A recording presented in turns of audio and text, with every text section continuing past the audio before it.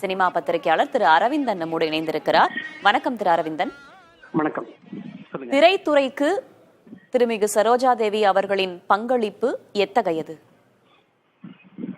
திரைத்துறையில 1958 கிட்டத்தட்ட 70-72 வரைக்கும் ஒரு 12-13 ஆண்டுகள் அவங்க திரைத்துறையில கோல வச்சிருக்காங்க.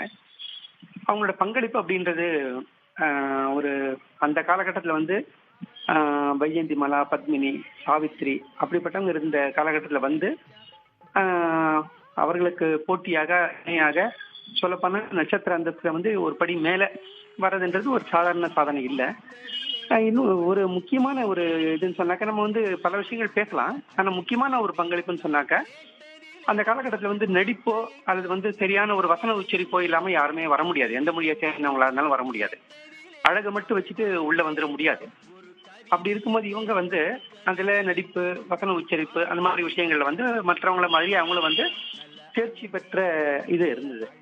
எல்லாத்த விட சரோஜா தேவி கிட்ட மற்ற அவங்களோட சமகால கதாநாயகிகள் பலத்தை இல்லாத ஒரு விஷயம் என்னன்னாக்க, ஒரு அந்த கால நடிகைகளினுடைய ஒரு அழகுணர்ச்சி இருக்கு இல்லையா, வெறுமனே ஒரு முக அழகு மட்டும் இல்லாம ஒட்டுமொத்தமா ஒரு கதாநாயக நடிகை கிட்ட ரசிகர்கள் எதிர்பார்க்கக்கூடிய ஒரு அழகு இருக்கு இல்லையா, அந்த அழகுல அவங்க அவர்களுக்கு பின்பு வந்த காலகட்டத்தை சேர்ந்த நடிகைகளுடைய ஒரு அழகை அவங்க பிரதிபலிக்கிற மாதிரி இருக்காங்க. அதாவது ஒரு விதத்துல பார்த்தா அவங்க தன்னை திரையில் அவங்க முன்னிறுத்தின விதம், அவர்களுடைய தோற்றம், அழகு, நடை, உடை, பாவனைகள் எல்லாமே ஒரு முன்னோடி அப்படின்ற மாதிரி சொல்லலாம். அப்படின்னு அந்த காலகட்டத்தில இருந்து கொஞ்சம் ஒரு படி மேல இருந்தாங்க அப்படின்னு அவங்கள சொல்லலாம்.